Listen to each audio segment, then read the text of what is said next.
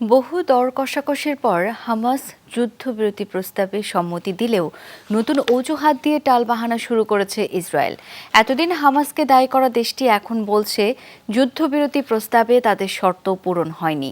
আলোচনা এগিয়ে নিতে কায়রোতে নতুন প্রতিনিধি দল পাঠাবে ইসরায়েল। নতুন এই টানাপোড়েনে হতাশ গাজাবাসী। এলো বেক্সিমকো বন্ড 15% মুনাফায় সর্বোচ্চ হারে সবার উপরে।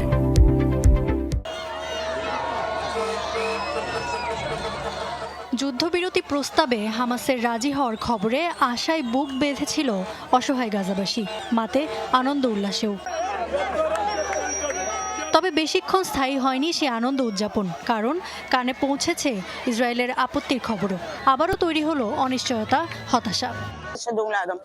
আশা করছিলাম যুদ্ধবিরতি হবে, ফিরবো নিজ বাড়িতে, কিন্তু আবার শুনছি ইসরায়েলিরা যুদ্ধ বন্ধ করবে না।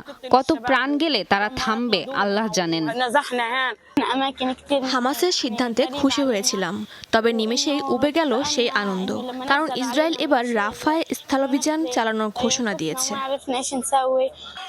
আগ্রাসন চালিয়ে যেতে নানা অজুহাত দাঁড় করাচ্ছে নেতানিয়াহু প্রশাসন। দাবি, প্রস্তাবে উপেক্ষা করা হয়েছে ইসরায়েলি শর্ত। জানানো হয় আলোচনা এগিয়ে নিতে কায়রোয় পাঠানো হবে নতুন প্রতিনিধি দল। ইসরায়েলের দাবি দেওয়া একেবারেই উপেক্ষিত। যুদ্ধবিরতি প্রস্তাবে গ্রহণযোগ্য একটি চুক্তিতে পৌঁছানোর চেষ্টা করছি আমরা। আলোচনা আরও ফলপ্রসূ করতে মিশর যাবে নতুন প্রতিনিধি দল। দুপক্ষ ঐক্যমতে পৌঁছালে এবারের যুদ্ধবিরতি কার্যকর হবে 3 ধাপে। প্রত্যেক ধাপে 42 দিন করে বন্ধ থাকবে যুদ্ধ। প্রথম ধাপে 33 জিম্মিকে মুক্তি দেবে হামাস। বিনিময়ে মুক্ত হবেন ইসরায়েলের কারাগারে বন্দী ফিলিস্তিনিরাও। তবে প্রকাশ করা হয়নি প্রকৃত সংখ্যা। বিরতির দ্বিতীয় ধাপে গাজা থেকে পুরোপুরিভাবে প্রত্যাহার করা হবে ইসরায়েলি সেনা। সে সময়ও দুপক্ষ বিনিময় করবে বন্দী আর জিম্মি। তৃতীয় ধাপে যুদ্ধে নিহতদের পরিচয় শনাক্তের পর ফেরত দেওয়া হবে দেহাবশেষ। শুরু হবে উপত্যকার সংস্কার কাজ।